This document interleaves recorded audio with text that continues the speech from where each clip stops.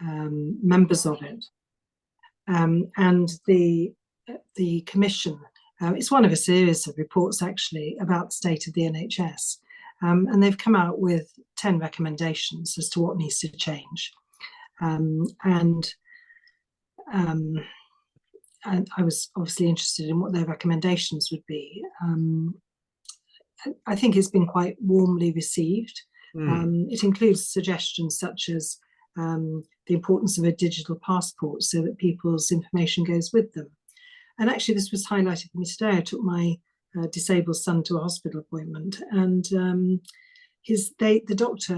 consultant didn't have his records from the last time he was seen in that same clinic, in that same hospital 4 years ago. Gosh. They hadn't been connected up.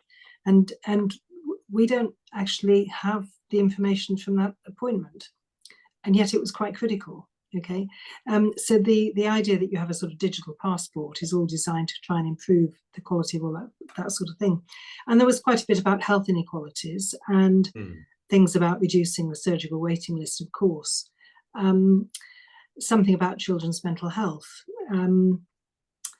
There was talk about, or recommendation about, having a national care system, right? A national care service, which I know there are pros and cons, and people can argue eloquently why not.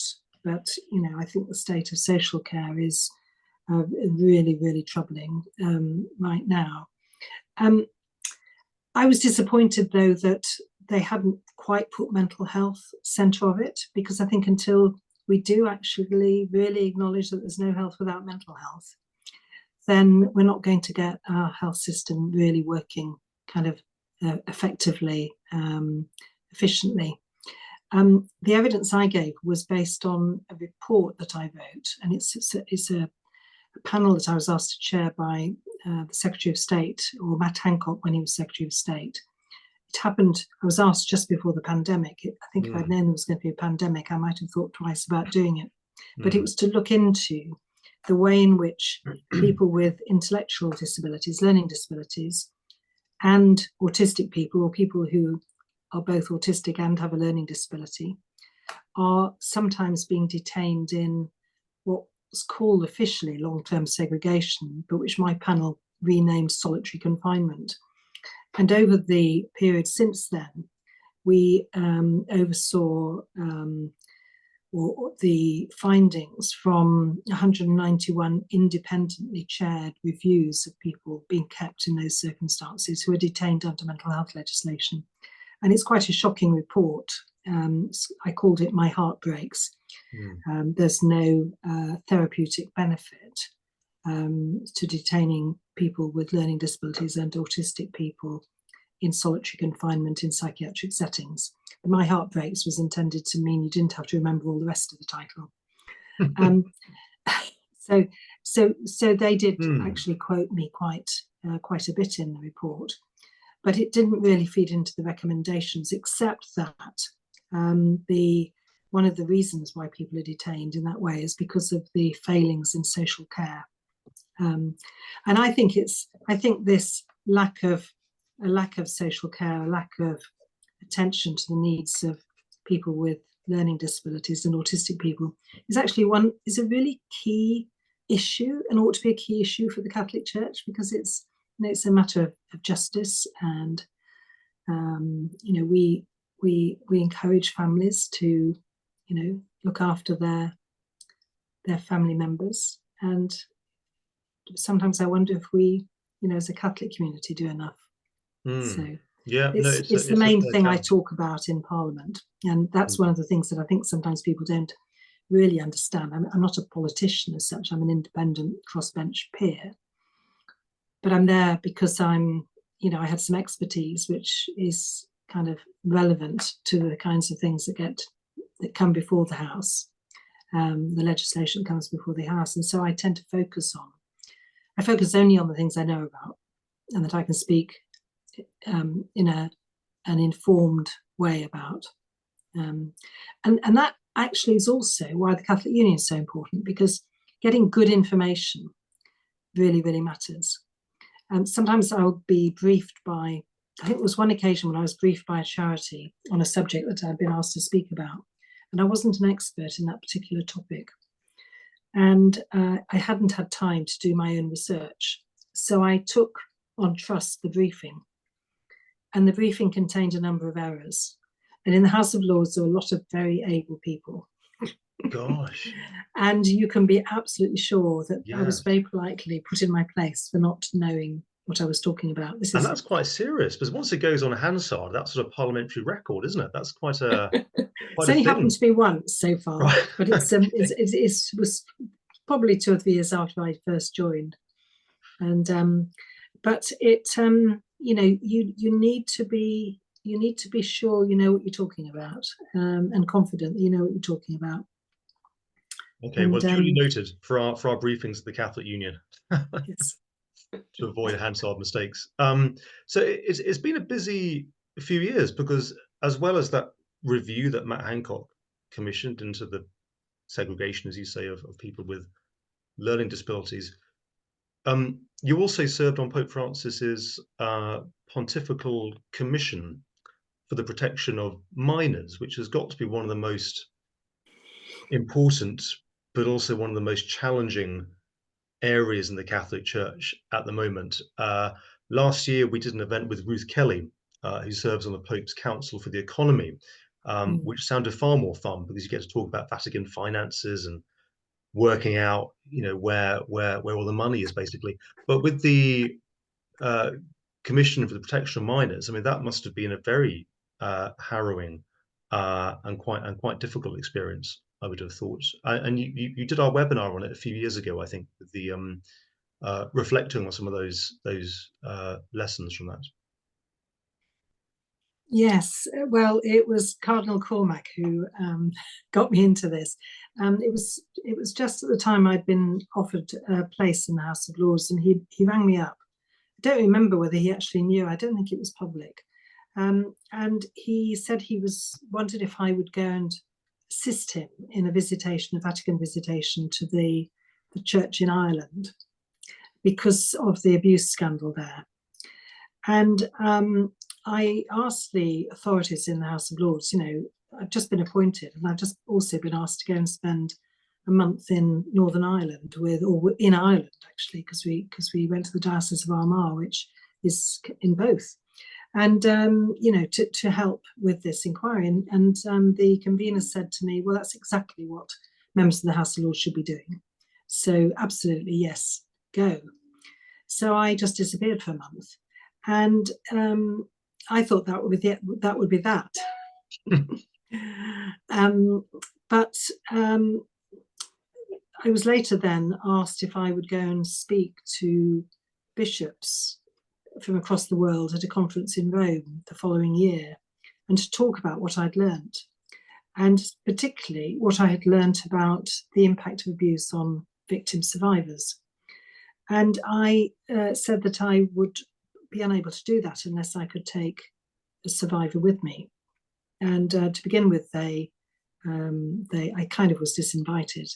But then they came back to me and asked me if I could find somebody to take. And I eventually was put in touch with Mary Hollins from Dublin, who is, I mean, one of the most intelligent women, but whose life was turned upside down by abuse when she was a teenager.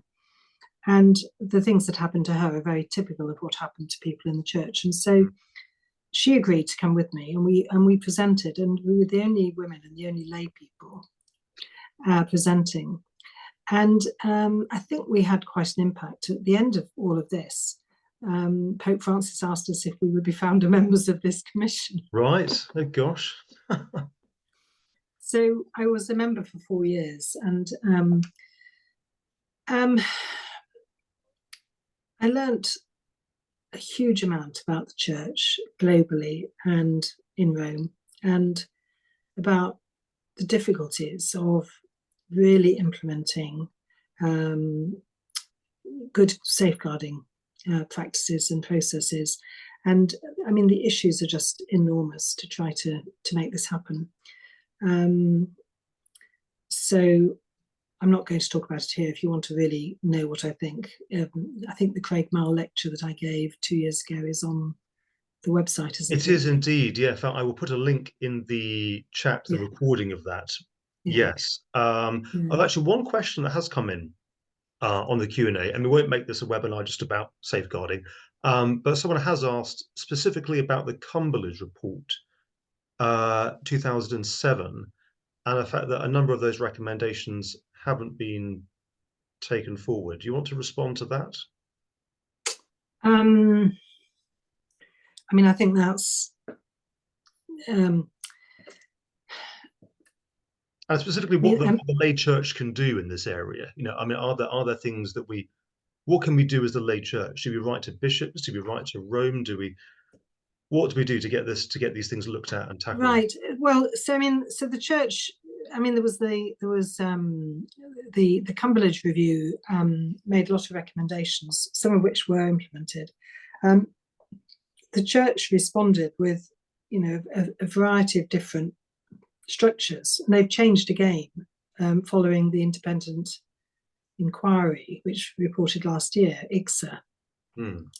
And so what was the National Commission for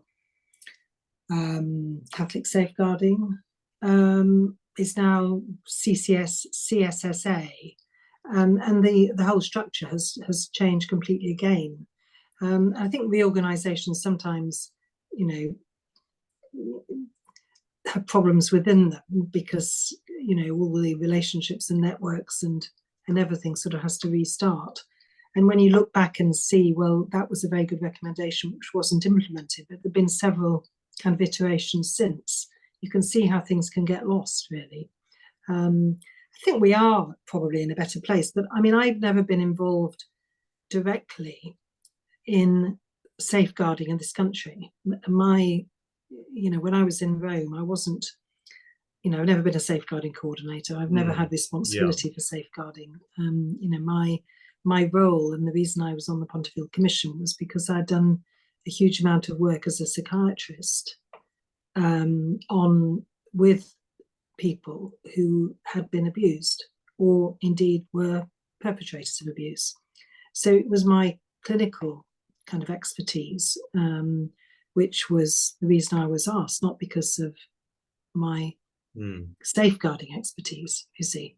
And the whole point about the commission was that it brought together people with different contributions to make. So a lot of the work that I did on the commission was about trying to engage survivors.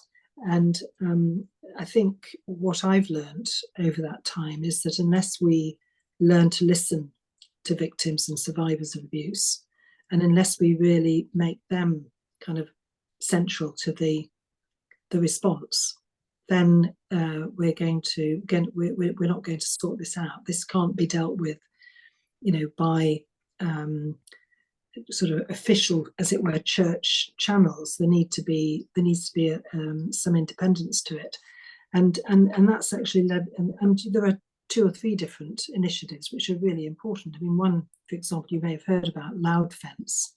I don't know whether any of you watched the installation of the Bishop of Newcastle and Hexham, but he invited a survivor who was involved in setting up Loud Fence in this country to speak actually during that service. And it was quite a profound and moving experience. And actually in a couple of weeks' time, they're going to have another Loud Fence event in Newcastle. It's going to take place in both the Catholic Cathedral and the Anglican Cathedral. I wish I could go, but I can't. And they are going around the country. So that's one thing. And what they do is to tie ribbons where people have written what they think about, what the experience of abuse does to people, to try to raise awareness about abuse. It's a very unusual initiative.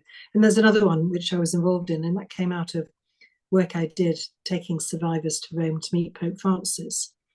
And also trying to involve survivors in advising on policy and helping with the induction of new members of the commission. And some of these survivors actually were belonged to a survivor advisory panel which advised the National Catholic Commission. It was the only bishops' conference which had got a survivor advisory panel advising its commission.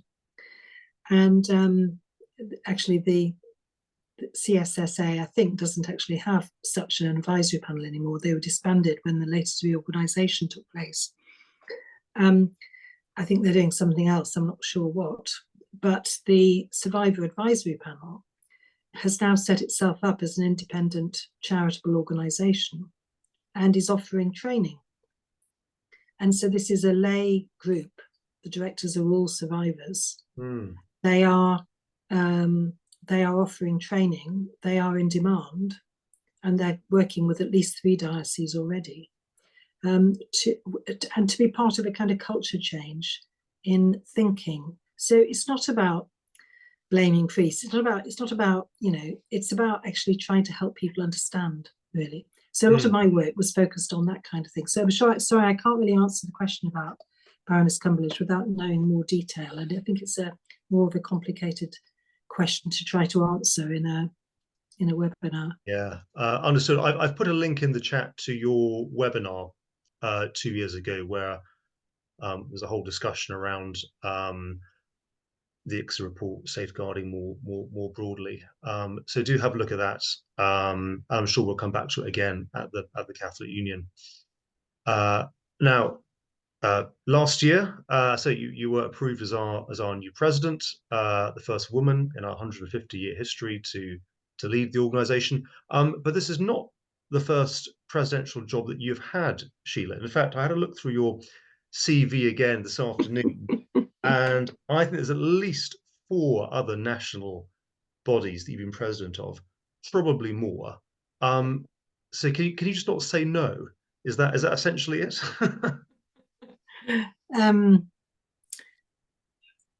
Well, the Royal College of Psychiatrists, the BMA. Well, I've retired as president of the Royal Medical Benevolent Fund. It's a wonderful organisation which seeks to help doctors who are really struggling. And the Royal College of OTs, such brilliant people. They're the one profession which works across both health and social care very comfortably. Great. And in any of those roles, did your faith, your Catholic faith, come up as a barrier to doing them? I mean, did you get people, for example, at the Royal College of Psychiatrists saying, well, we can't possibly have Sheila Hollins, she's practicing Catholic, she actually believes this stuff, we can't possibly have her as president, it'd be too divisive. Have you ever encountered any of that, or has your faith so largely been not sort of discussed in your sort of professional medical life? Oh no, it absolutely has, and I think it's kind of it is quite tricky. It's one of the reasons why I think the Catholic Union is quite important. So that there's a place where people from different backgrounds can come together to have a proper conversation and to think about and to interpret the meaning of what it's one thing having a good Catholic education in school, but we need a good continuing kind of understanding of how our faith affects the way that we live our lives in our different kind of work environments, professions, and so on. When I was elected president of the Royal College of Psychiatrists, I didn't put on my,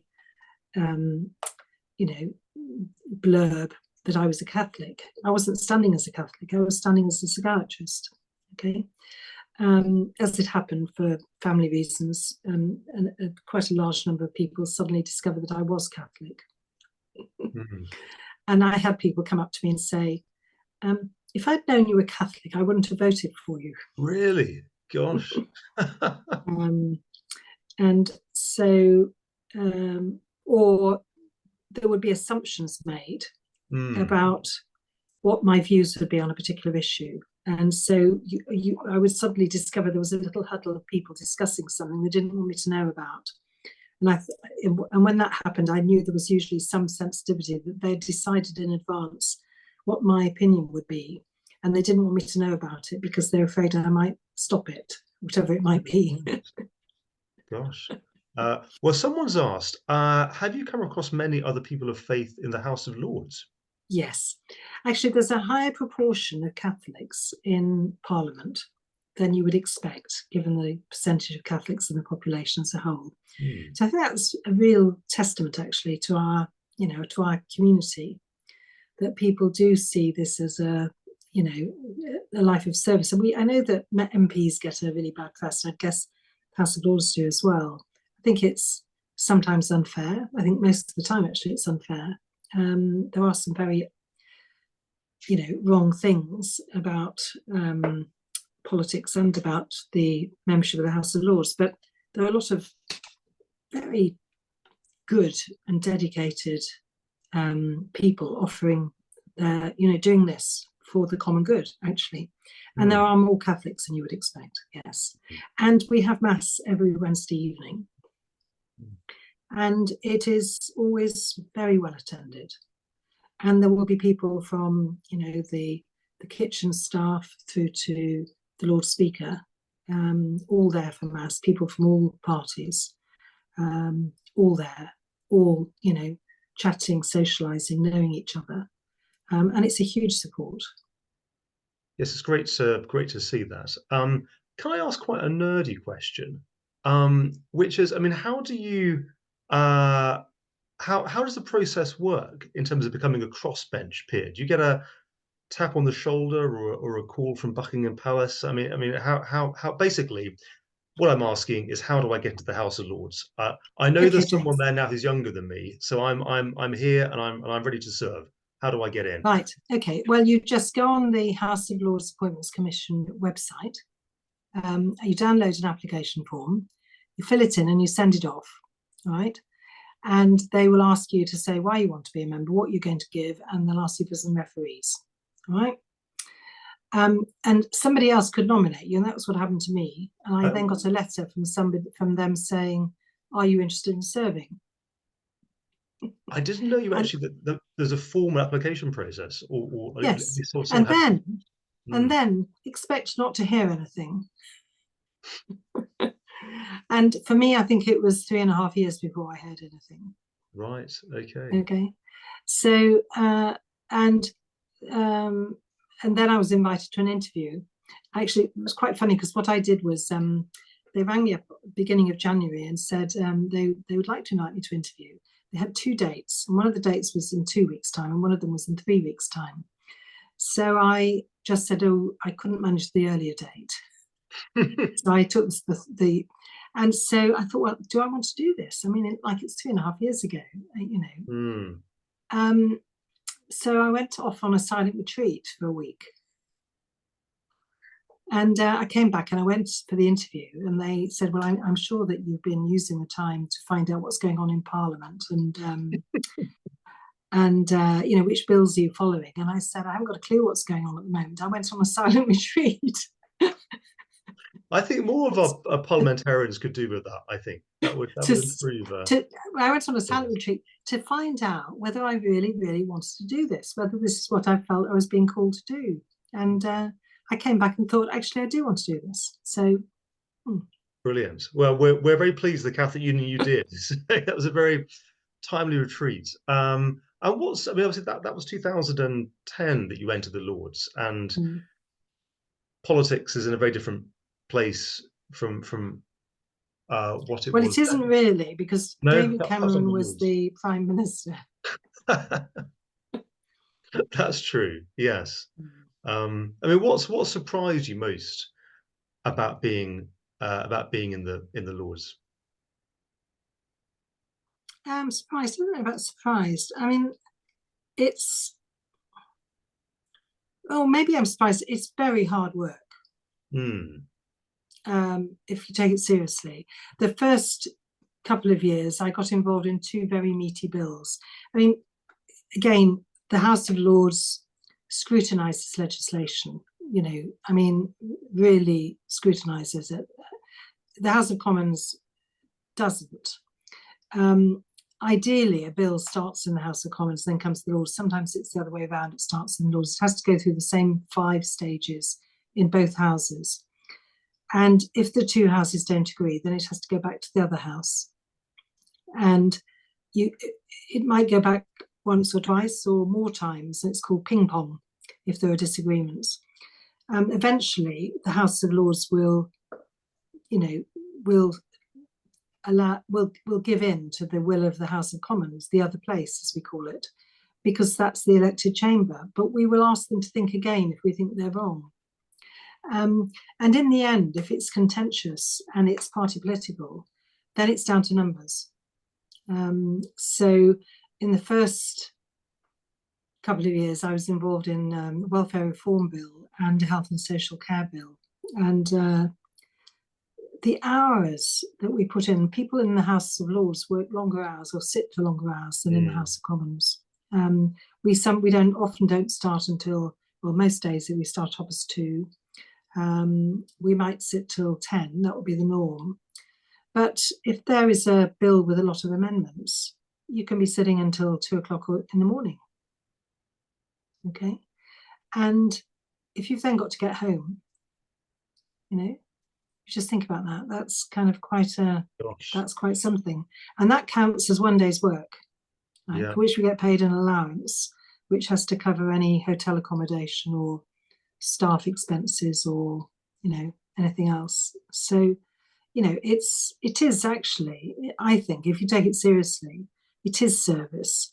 And so, but what happened with having two bills at the same time was that often they would be on, one of them would be on Mondays and Wednesdays, and the other one would be on Tuesdays and Thursdays. And then sometimes they'd put them both on the same day, and they'd have the second one going on in a different room. And I can remember I had amendments in both bills that were coming up at about the same time, and I ran between the rooms and just got in time to speak to my second amendment, and then had to run back to the other room to pick up on the other bill. So I said I would never do that again. I think I have once since then done two bills. But if you actually know about something and you're being really well briefed and you've got, good speeches and you feel you're on top of your brief, then, you can make a difference. And it's just really important not to speak on things that you're not completely up to speed about. Well, and it helps actually, because I get huge, the other thing is, the thing which really I think is quite difficult is that we get a huge number of emails every day, just huge. And I can't read them all. When I started, I tried answering all the emails and I can't do it. And so I sometimes miss ones that are really important that I would have liked to reply to because of and some of them come with why didn't you talk about X, or why did you miss out that, or, sort of really critical. Whereas the kind of really helpful emails are ones which come and say, thank you so much for raising that issue. I've got another perspective, and it would have been really good if you could have just given two or three lines to exploring this. If you'd like more information, I'll be very happy to share it with you. But if somebody sends me 10 pages, I can't read it. You've got 200 emails coming in. You can't read 10-page screeds. You need people to have done their homework really well and to think carefully about how they might be able to influence the debate. Okay. And that's kind of what the Catholic Union needs to be doing, is trying to use influence to be supportive to Catholic parliamentarians, I think, to encourage people who at the end of the day have got a number of pressures. I always remember talking to, I think it was Patricia Hewitt. I was president of the Royal College of Psychiatrists. I used to get to see her every 3 months or so. And she would, and she explained to me, that as a cabinet minister, a member, as a Secretary of State with a department to run, as a member of Parliament with a constituency to keep happy, and as a mother, right, and family member with family issues and a personal life, to try to keep all of those in balance, and to do what you could do, just what a difficult balancing act it was. And when you've got the media, or people shouting out about you, or sometimes you can start your day and discover that it's not going to go the way you thought because of something that's in the Daily Mail, or, and everything is sort of turned upside down, and, trying to kind of work out what to do to, to manage that situation, or to be able to. So actually, I thought that was a very helpful kind of understanding of basically the pressures of being in the public eye, and knowing that everything you say in public is going to be recorded in Hansard forever, and that you're on television. Yes, it's a demanding job for sure, and I think also what people don't realise is that in the Commons there is a staffing allowance, and most MPs now have 4 or 5 people. But of course, peers, as you say, the vast majority of them, there's not that sort of background support. Even though actually, when it comes to legislating, often a lot of the heavy work is done in the House of Lords, perhaps tidying up things that should have been done in the Commons. And I suppose on that theme, and around wanting to be constructive in how we engage with parliamentarians rather than just sort of adding more emails and more noise. What in your experience, both as a parliamentarian and now as our president, do you think is the best way of doing that? What are the most helpful things that the Catholic lay church can bring to the public debate? How do we do that? And perhaps what are some of the areas where that lay experience, that lay voice is really needed? Well, I think that I mean the union produces a brilliant weekly briefing, and I think it's sufficiently concise that people will take time to read it, and I think that's important.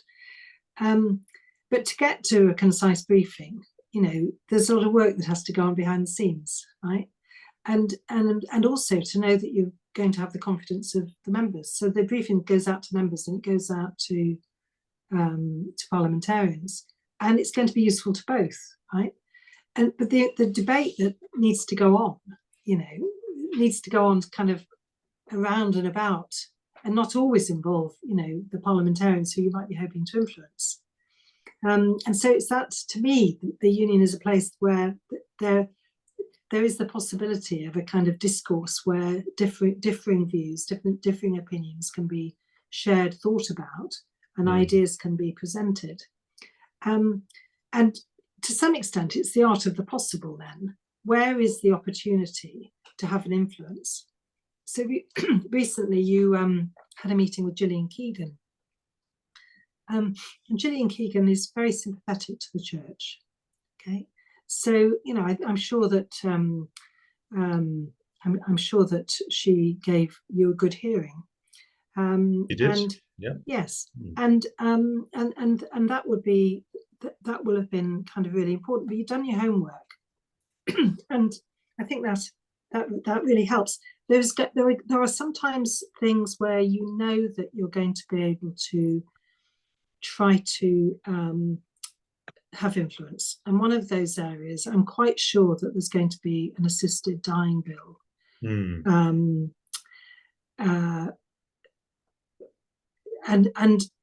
this is going to need a really steady hand and a lot of hard work to try to bring people together to inform that debate, and to inform people and support people in that debate. It's one of the most uncomfortable debates that I've had to be involved in Parliament. I think while I've been there, there have been at least 2, possibly 3 bills which have all fallen, but which have tried to change the law on physician-assisted suicide.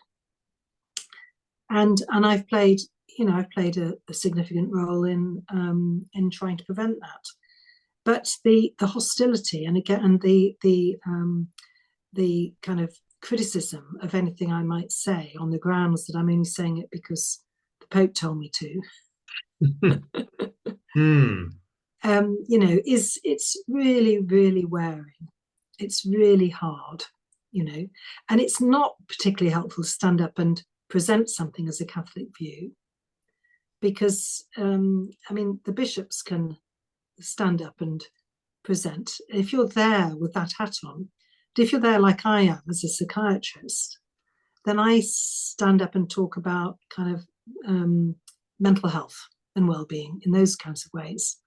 And I can talk about it in a way which resonates with, a Catholic briefing, but I wouldn't be standing up saying, this is against the teaching of the Catholic Church.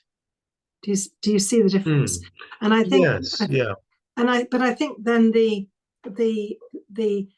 to have an informed, supportive Catholic voice, and for the Catholic Union to be able to work together with other Catholic organisations, so that they're working together and not against each other.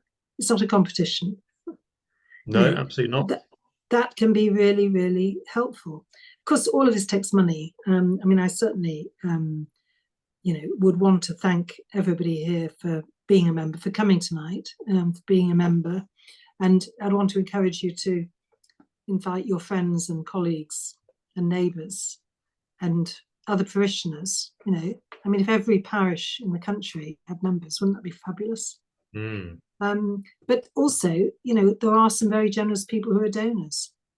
And, thank you if you're, a generous donor to the Catholic Union, because in order to be an effective support to the parliamentary process and to be able to have influence, then it's going to cost money. So I would just say that, and my hope for the future of the Catholic Union is that it will grow, and that everybody will know about it, that it would be something that people would, that in a parish that people would be encouraged to join. Great, thank you. Well, that was one of our questions. Someone said, I think, what's your vision, your 5-year vision for the Catholic Union? And I think you kind of spelled it out there, which is to grow our influence, to grow our resources in terms of what we can do, supporting parliamentarians with some of those challenges coming up. And I have put a link to the weekly briefing in the chat. If for some reason you're not signed up, then you can have a look there. And that comes out every Saturday, and it gives a roundup of what's been going on in Parliament and some of the key issues where, as Catholics, we should be engaged and participating as and when we can. Now, I remember a few questions have come in about the sort of Catholic Union overall and our sort of strategy, I suppose. And I remember at the AGM last year, at the end, you said some quite striking words to Bishop John Sherrington, who was in the front row, and you said to him that we need you, the bishops conference, but you need us, the laity. And I'm not sure if those words had been prepared as what you had in mind by them. But could you say a little bit more about that relationship between perhaps the bishops and the lay church, and perhaps what makes the Catholic Union distinctive, and how we can amplify and support the voices of the bishops and other agencies in the public sphere? Yeah, well, I mean, the synodal process is underway, and I think that's an encouragement actually to lay people to realise that we need to have a voice and an informed voice. And I've been to a number of those kind of meetings where we've sat and listened to each other in silence and heard what people had to say. And I can always remember, I think it was the first time I went to a meeting like that, and there was a woman there who very meekly said, "I've never been asked my opinion before." She said, "I didn't really think anybody else would be interested in what I think." She said, "But actually, I'm really worried about what's been going on around abuse. And I really want to know what's being done about it." Okay. But it was her meek mildness and her, "I don't think I've ever been asked before what my opinion is." And I thought that was profoundly important, really. And to me, it's part of the whole thing about, you leave school, you've been formed as a Catholic, but does your formation stop then? And it doesn't. And so for me, I actually became a member of the lay community of St. Benedict, and many years ago, and 40 or more years ago, I guess. But the thing was, one of the things I really valued about it was it that it was a place where people talk about their faith quite comfortably. You don't start off by asking somebody what their job is when, you know, you might talk about what they're reading or, Yeah. you know, it's not about titles and deference. It's not about position or authority. It's actually about human beings trying to make sense in a world where, you know, you've been well prepared for that world, but the world turns out to be quite a complicated place and a bit more complicated probably than you thought it was going to be. And so trying to make sense and trying to, you know, trying to have an attitude of ongoing formation, not always being right, not always being certain, but having a position of inquiry and being open to listening to others. And the synodal process, to me, it is an encouragement to all of us to listen to each other, to see what we can learn, you know, to reflect on that, you know, and to see whether we can find ways of moving forward. And I think that's going to be very supportive to everybody. And I think it's going to be very supportive to the bishops.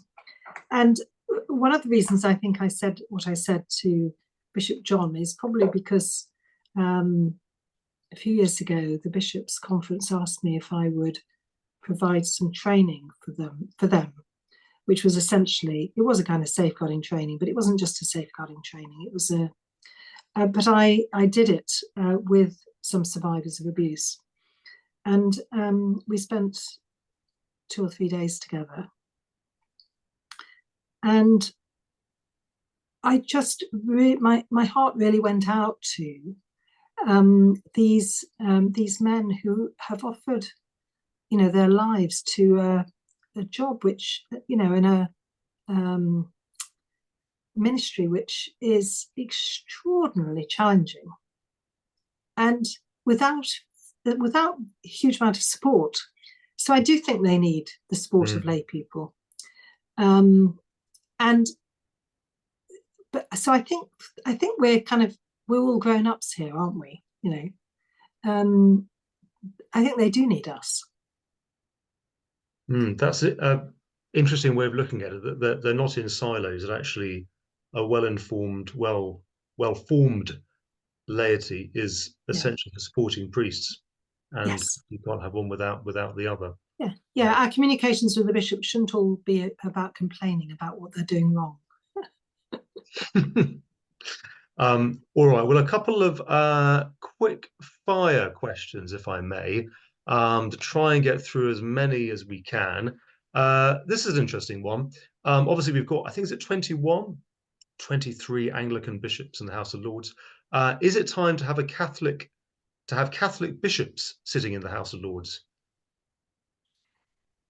Well, of course, there are people in the House of Lords who don't think we should have any bishops. And we do have leaders of other faiths but they're not there by right. I mean, there are 26 places for Anglican bishops, and they are there by right. Okay, because when they're appointed to that particular, you know, see, they become a member. Cardinal Cormac was offered a place, I believe, by Gordon Brown, and the Pope at the time, you know, discouraged people from taking any political role. The question is being in the House of Lords a political role?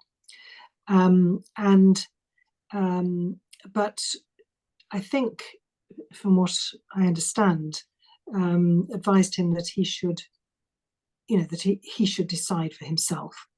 And I believe that the Cardinal asked the other bishops, and that they were divided in opinion. And he felt that without their full support, that it would not be a good idea. So he didn't take up the place. So quite an interesting issue. I don't think the right to a place would come about. I think that would be unlikely. Although it might be interesting to consider whether, you know, a cardinal standing down would be automatically offered a place. A bit like sort of former Archbishops of Canterbury are. There's a sort of precedent where they go. Yeah, that's right. to That's the upper right. house. Yeah. That's right. Mm. One could imagine that. And the chief rabbi. There are sort of precedents from other faiths, but there is also a strong lobby to from the Humanist Society and others Mm. to try to end that. Right? I don't think it will end. I think it's really important. I mean, we start every day with prayer, same prayer essentially that's been said for 300 years, and everybody will be there. Well, not everybody. The people who pray, whether they're Hindu, Sikh, Jew, Jewish, Catholic, Christian, Church of England, whatever they are there praying together, which is rather amazing. That is rather nice. I'm not sure whether it's apocryphal or not, but I remember in the House of Commons, someone saying that MPs turn their back when they pray. I don't know if you do that in the House of Lords, and Yeah, someone was saying that it's to avoid if you make the sign of the cross, it's to avoid you being identified as a Catholic. I don't know if that's rather I nonsensical. think it's more that we're turning away so we're not looking at each other. Yes, that's probably more a more practical reason for it. So in general, then, someone's asked about the government's engagement with faith groups, which leads on from that. There was this big review in the wake of the pandemic, the Bloom review that took about 2 years, and it made a few suggestions on how faith engagement could be improved. From where you see it, do you think faith groups and the Catholic Church, bishops, laity, get a fair hearing in government? I mean, for example, with the Times Health Commission, was a sort of a faith angle considered in that, or do you find it's often squeezed out of debates, particularly in the health and care sector? Um, I'm not sure I understand the question. I mean, people do speak from a faith perspective. The Lord Armad of Wimbledon, for example, will Mm. often speak from a faith perspective. There are people who hold a particular brief or whose work maybe is entirely focused on persecution of Christians, for example, and will regularly, speak about that. So people will stand up and speak about matters, and as long as it's appropriate to the debate or the subject, their views will be heard respectfully. I mean, we're a very, the House of Lords is very respectful of different views until it comes to something like euthanasia, and then it Mm. becomes less respectful. Yes. But people otherwise will stand up and speak quite openly and honestly about you know um, the community that they belong to, if there's a relevance to that particular topic. Mm. And the House of Lords is, of course, the second chamber for the UK Parliament, including Scotland. And someone's asked about engagement with members in Scotland. We're always very conscious at the union to try and balance the work we do. Obviously, a lot of challenges going on in Scotland at the moment, end of life, beginning of life. Yeah, it's a difficult one in terms of whether are we targeting enough of what we do for a devolved audience. Perhaps we should do more with MSPs and members of the Welsh Parliament. But again, that comes back to a resourcing point. Is that something you'd like to see the union do? Perhaps have more of a presence in the Scottish Parliament and the Welsh Parliament? I mean, yes, we're the Catholic Union of Great Britain, so we should. I don't know. I mean, I guess that's down to the hard work of the staff to make those relationships. Mm. But again, I mean, being in those, it means being in those places. I mean, James, I often bump into you rushing along corridors looking for somebody that you're going to meet and talk to, and briefing them about something. One might then need to have somebody who's based in Scotland or Wales to do something similar. Which goes back to the funding question about, but then with a larger membership, that might become more possible. Mm. Someone's asked about the general election and how the Catholic Union can help candidates understand the importance of faith. Obviously, that's going to be important in the run-up to the election. We have just launched a survey, which you may have seen, that Yeah. came out on Tuesday. That's our first step, really, in this election year, asking you, our members and supporters, what's the issues are that you'd like us to see talking to and raising with candidates. I suppose general elections, Sheila, that they're not really. I mean, is there much impact to the House of Lords? I suppose you'll keep doing what you do, regardless of who's in government next, I suppose. Well, we've had a Conservative government the whole time I've been there, apart from the Hmm. coalition. It does. It might change where you sit in the chamber. Um, uh, that changes. You see a different lineup on the front benches. The crossbenchers always sit in the middle, though, do they not? Well, there are Oh, 180 of us, and so we actually have one of the side benches as well. So I've okay, sat on both sides. Um, right. so that happens. When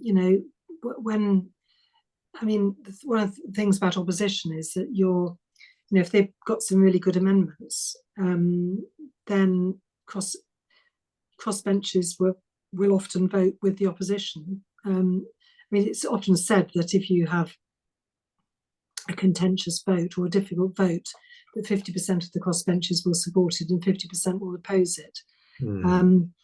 But that's not always true.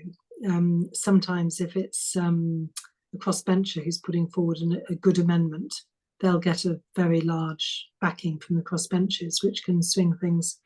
Will things change? They'll change because if the policies change, the people who've been, the ministers, there's more time for people in the opposition to have conversations, to explain what they're doing and so on. It's a more informal relationship.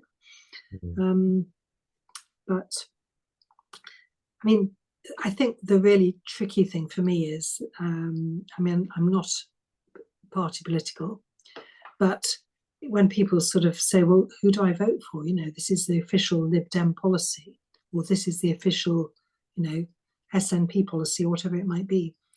I think to me, the issue is the candidate.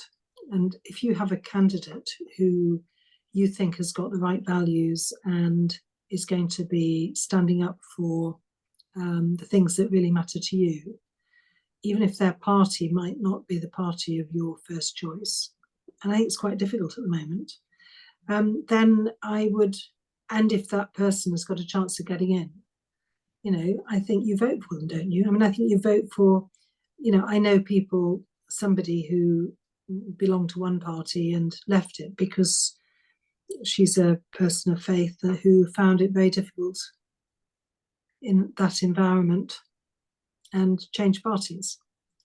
I mean, this is so I think it's about really thinking about the candidates and thinking about the support that they might need as a member of parliament. It's not just all about the people at the top, it's actually about the people who are going to do the work on the ground. And those members of parliament, it's a very difficult job. Quite a lot of people aren't going to stand next time because of the difficult environment in which they're working. And don't forget, that David Ames, died because he made himself available to his constituents. And Jo Cox died because she made herself available to her constituents. And it can be quite difficult. That's quite a challenge, isn't it? Absolutely. And someone actually did post something in the Q&A about that. Because, of course, to add to the tragedy of David Amos's death, his murder, was that, of course, his priest couldn't be with him when he died to give him the last rites. And I wonder if perhaps in your role as a medical professional, if that's something that you're aware of, concerned about in terms of priests and chaplains having access to people in hospitals, hospices. Has that changed coming out of the pandemic? Was it changing anyway? I suppose it varies quite a lot across the country, but any sort of general trends or concerns, do you think? I don't know. I don't Mm, know whether it's more difficult. I mean, I think, that whole issue of, a priest not being allowed to attend to David and to, mm, to accompany him when he was dying was just so shocking. Um, yeah, certainly was. and that has certainly been taken up and taken seriously. So, I mean, I haven't heard personally stories of chaplains being denied access to people. Mm. Well, and after Sir David Amos was killed, we took that up, and actually with a few of your colleagues in the House of Lords, including a few people who are non-Catholic, Yeah, Baroness Stoll, who just thought there yeah, was an important principle to uphold here, yeah, and others as well, and we were able to get some quite good police guidance in that yeah, area, yeah, um, exactly. which I think was actually it. Yeah, it's an interesting case study, the House of Lords, and it wasn't actually new legislation to the Lords, but it was the Lords raising it that showed that people cared about it, and that Yeah, helped to convene the working group, which then produced the new guidance. So I suppose the work of the Lords can bear fruit in different ways, really, rather than just in the actual legislation that's yeah. produced. Um, well, I'm conscious of time. We said we would limit this to an hour, and we're just past 8:30. But I wonder if there's any particular message you want to give our members. I know you said a few words at the AGM, but something to end this session about um, what our members can do and why their support is so important would be really helpful, I think. Well, I mean, for me, I think when I was quite anxious about being a Catholic in Parliament because it felt quite lonely, but it actually feels a lot less lonely knowing that there's that you're all there. If you see what I mean. So I'd say the more the merrier. The more people who are informed and understand the constraints under which one tries to make a contribution, and provide support. And of course, I won't always get it right, and all other people always get it right. But be assured, we're trying to do our best, and we'll do even better with the support of people like the members of the Catholic Union. So I think, to me, I would want to see a union which has got a much bigger membership. I want to see younger members. One of my grandsons has joined. Great. He's been Excellent, told. very I good. don't know whether he's here. Haven't looked at Ah, the list, but um, but and he will invite his friends to join because he wants to know what it's all about. hmm, And I think that's kind of really will be really valuable. And then actually, I'd like other Catholic organisations to engage in debate with us, and for us to and just realise that actually, as lay people, we have got a contribution to make. And Pope Benedict spoke about it. Being Catholic in the public space is actually important, hmm. and that's not just about you know it's not just about saying this is right and that is wrong. It's about trying to listen and hear and understand and gently encourage and influence and support. And you know that becomes quite powerful, actually. Excellent. Well, that sounds like a pretty good place to end tonight's discussion. Thank you, Sheila Hollins, Madam President, for joining us, and more broadly for your support for the union.